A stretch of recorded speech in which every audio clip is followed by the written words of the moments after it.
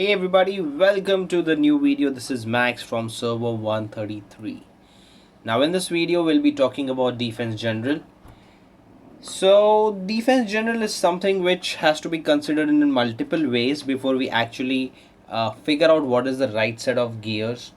First and foremost, there is an update which has come in the recent SVS. I believe it is like 2 months or a bit around that the defense general will die in case if you lose a defense, or your defense general gets captured during the normal standard within the server fight. But when you're having a fight with somebody outside, that is during the SVS, your defense general will be dead until unless you have a level 10 dragon on it. So the previous game styles were such that people would ghost their troops, and even if the enemy is coming to hit them, they would just take a defense lost. They would not care about anything, and as soon as they would find a target that they could hit, they would just unghost hit, and then again the moment the troops are back, they would ghost, which would basically make defense general not at all important for such players. But also, if you remember in one of these videos that I made few weeks ago, wherein I spoke that a defense general is very important, so that you have somebody to defend you in case of your bubble drops. So there are multiple scenarios, and the first basic scenario is in case if you are somebody who's playing SVS and does not have a level 10 dragon, then you don't really need to worry about having a proper or a completely well-made defense general. But I would still highly recommend you to keep one in case if your defense general is still alive while you are fighting and then somebody gives you a surprise hit. Even if you're playing on a single march or a double march, you will still do some damage to the attacker, which will also fetch you some points during SVS. The other case is if you are a bubble dropper or somebody who is not that good in ghosting, I would highly recommend you to have a defense general no matter what. Even if it is not 100% made, just have him on the wall, so that even if somebody is attacking you, they have some losses too, as it's not kind of a war game where we are seeing who's killing who's losing who. The actual overall understanding of the game is more about how you're making points, and every single troop that gets wounded fetches you points. So considering the ebony maths, you have to understand that every single troop that you damage of the enemy is going to get you some points. And let's understand battlefield or SVS, whatever you may do, every single enemy troop that you kill will give you nominal points, but something you will earn throughout the game. Having traps is a very helpful thing, but again there's a little setback about traps, that they are permanently lost. Troops are recoverable, troops can be revived, traps cannot be. So investing resources and speed ups in traps is an expense that can never be recovered. So you'll have to think about if you want to invest in traps or not. If you feel like doing that, it is absolutely fine, it is absolutely okay, nothing wrong in that. It is just person to person that they want to invest or not. And the third type of the defense general, this is actually important for players who cannot ghost their troops. Now why am I saying for players who cannot ghost their troops? For people who are smaller in power and still have a big rally capacity, sorry, march size, not a rally capacity but a march size, you can ghost all your troops, so you don't have to worry about the in-city troops fighting against the enemy. But for people who are big in power, like I have recently achieved 1 billion, so I have got 500,000 of T13s, 500,000 of T14s, a few hundred thousands of T12s, T11s, and so on. So I have so many troops that even if I ghost all of them with the march size buff, with the largest march size buff, I still have somewhat another 5 million troops that I cannot ghost, which are basically my T1 troops. So what would a player like me have to do? So for a person like this situation, you need to work on 4 special buffs. So one of them is the siege machine attack, ground troop defense, mounted troop HP, and range troop attack. These are the 4 important buffs. As your gameplay gets higher and higher, you reach 1.5 billion, you reach 2 billion, range troop attack will also not be that important for your account. That means your defense general, but your siege machine attack is going to be super important. Speaking about, if you look at the game mechanics, the mounted troops are prone to die faster, so you need to give as much as mounted troop HP you can. Because of that, your mounted troops in city will survive. However, apart from increasing the mounted troop HP, you might want to add 1 or 2 buffs on the mounted troop defenses as well. And mounted troop defense skill book, maybe that can also give you a bit of help in case of you're trying to defend. Then ground troop defense is something which I highly recommend, because ground troops don't get hurt that easily from the range attack, and in majority of the attacks you will be always and always attacked by a range march, not by a ground, not by a mounted, not by a siege, but a range march. That is the first level of attack. People will first hit you with range, then they'll hit you with ground. In case if you have a strong defense, they'll hit you with mounted. That would be the third attack. Normally ground generals are so strong that the ground marches are so strong that they actually wipe the entire defense, but if not, then the third attack is mounted. So continuing the theory part of this is, you should have siege attack, ground defense, mounted HP, maybe in case if possible range attack. So moving further, first let's look at the ring. Now for a defense general, you can consider having Archimedean gears. If you don't want to do a split gearing like I do, some Ares, some Archimedean, you can just simply look at the Archimedean gear or Achaemenid gear, however you pronounce it. So the reason I would like to suggest you to have this gear is because it gives you debuffs, and debuffs is the biggest important part of the game. No matter how much HP you have on your defense general, how much attack you have, how much defense you have, but if you have debuffs, the incoming attack of the enemy will get reduced, which is what I really consider very important when you are doing defense. So if you want to choose which ring is good for you, I would really recommend you to go for the ring that gives you siege machine attack range, which is possible in here, and that is the courageous Archimedean or Achaemenid ring, which gives you the siege machine attack range. There is also the courageous Ares ring on the right side, which gives you the siege machine attack range.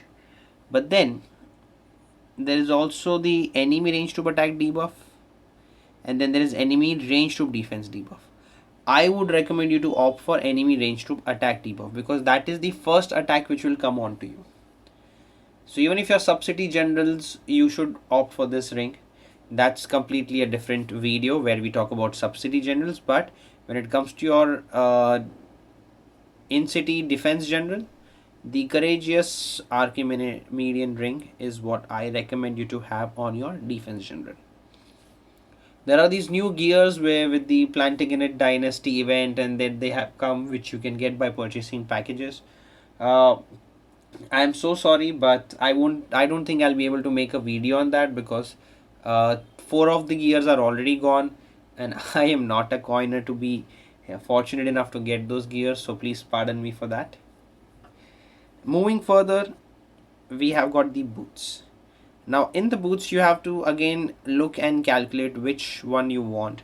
So the courageous Archimedean gives you ground troop defense, which is 1 positive buff, in city range troop attack, which is okay, not a great but okay. As I said, siege machine attack, ground troop defense, mounted troop HP, and maybe range troop attack up to certain levels. So if you have the courageous Archimedean boots, very good, it will give you the in-city range troop attack, and plus it is giving you the enemy siege machine attack debuff, enemy mounted troop attack debuff.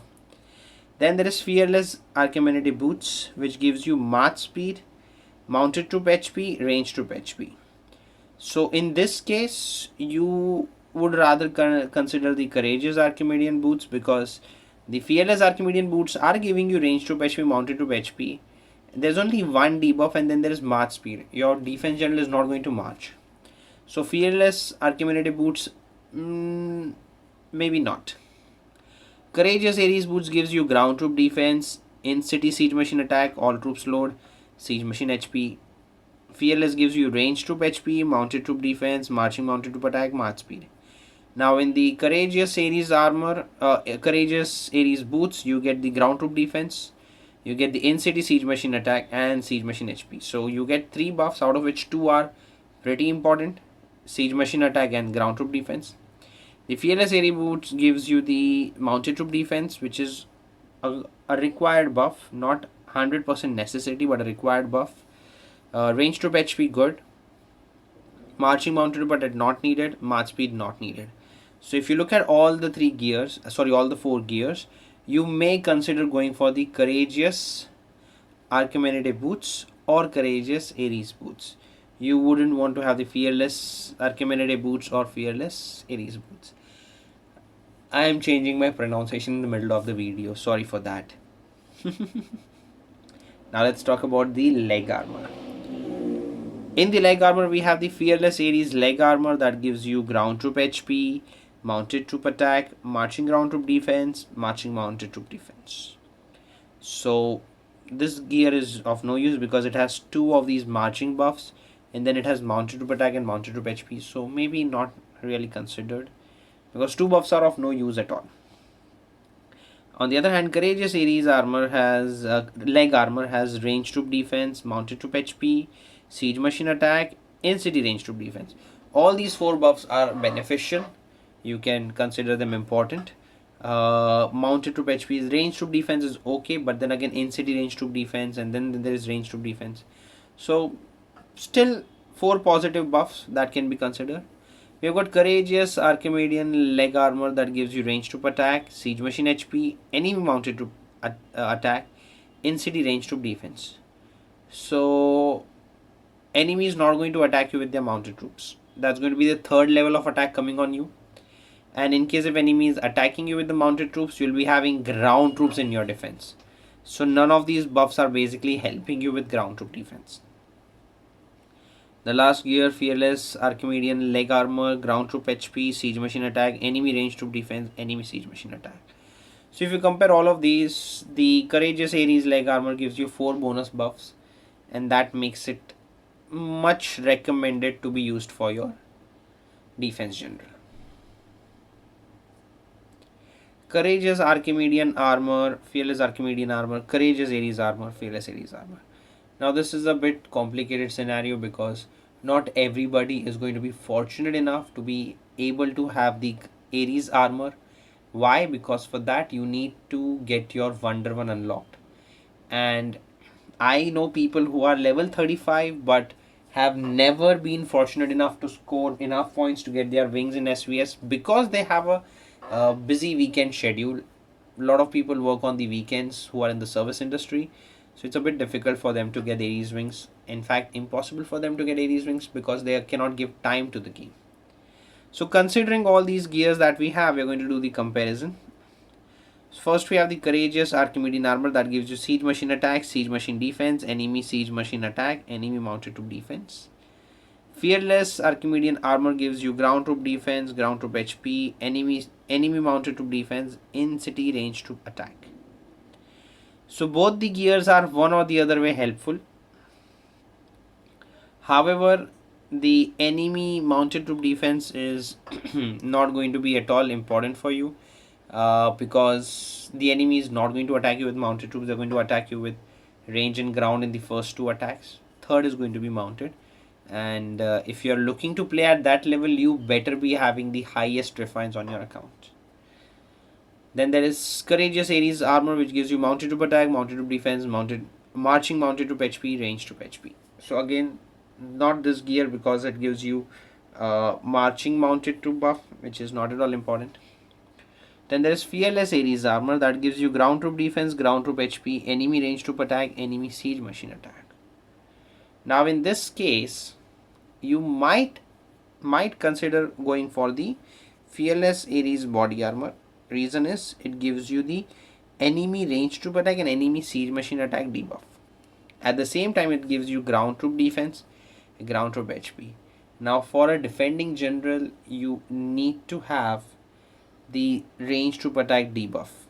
The more the range troop attack debuff, the more you will survive incoming attacks on you, because majority of the first level of attack is going to be range. So fearless Ares armor, you may opt for it. Not highly recommended, but you may opt for it. But if you are comparing to fearless Archimedean armor and then fearless Ares armor, if I have the option and the badges, I would go for the fearless Ares armor because it gives the enemy range troop attack debuff, enemy siege machine attack debuff. But in case if you are having enough of generals on your sub city that gives you debuff, you don't need to worry about the fearless Ares armor. You can just go for the fearless Archimedean armor. And why would I suggest fearless Archimedean armor? Is it gives you 3 positive buffs. However, the fearless Ares armor gives you only 2 positive buff, and also at the same time there is siege machine attack, and the other one has enemy mounted defense. So 2 buffs are anyways of no use. Next we have the helmet.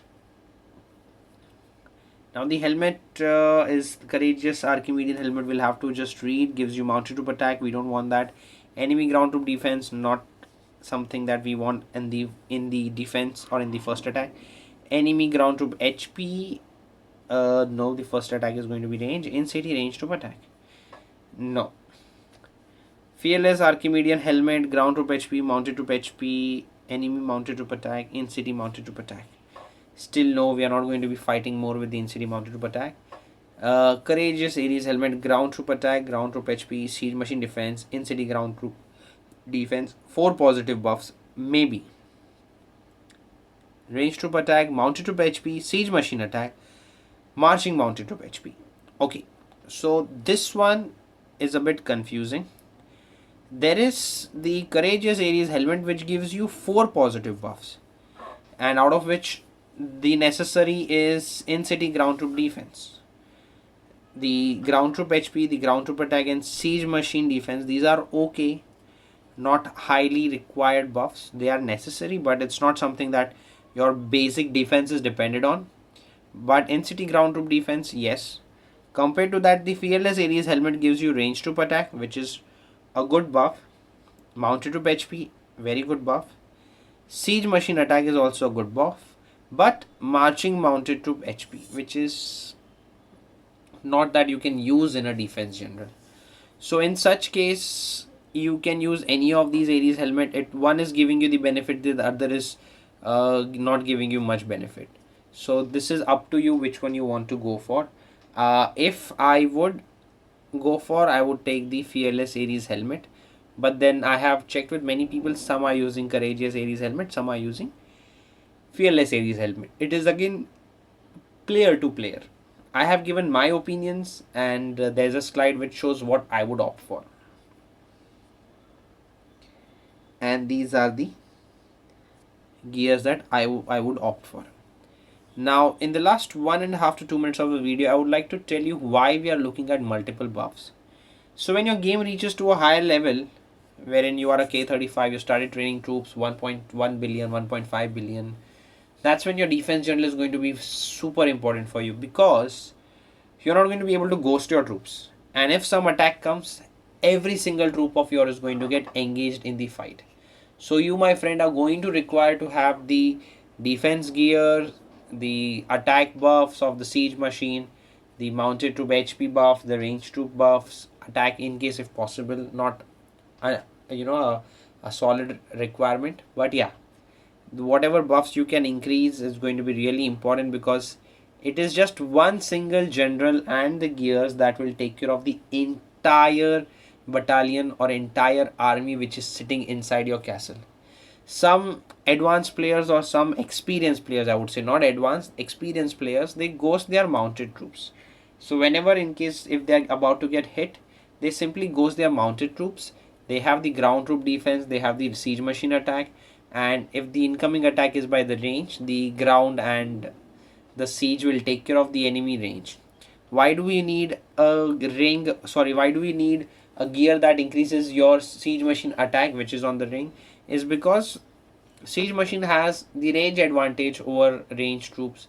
Of course, the meat troops, which are the ground mounted and range, will do the fighting, but siege will stand way much far in the defense and keep hitting the troops to give them damage. Now this is the very simple, or I would say as much simple as I could make a defense general gearing for you to understand. But let me tell you, the game keeps changing, the gears will change. So maybe 6 months down the line, there's going to be a Plantagenet set that is going to be best for defense. So if you're watching this video right now, I cannot give you guarantee that my set of gearing is the best or it is the ultimate gearing that you should go for. But however, if you have the gears, if you have the speed ups and the material, please go for this. It's something is better than nothing. So let's not wait for 6 months and don't be defenseless. If you are playing SVS, if you are playing Battlefield, go for a defense general as soon as you can. With this, I conclude the video. Sorry, I haven't been making much. It's just that I had been planning to do some other stuff and was busy with that. So here is the defense general gearing video for you guys. Subscribe the channel and I'll see you next time. This is Max from Server 133 signing out.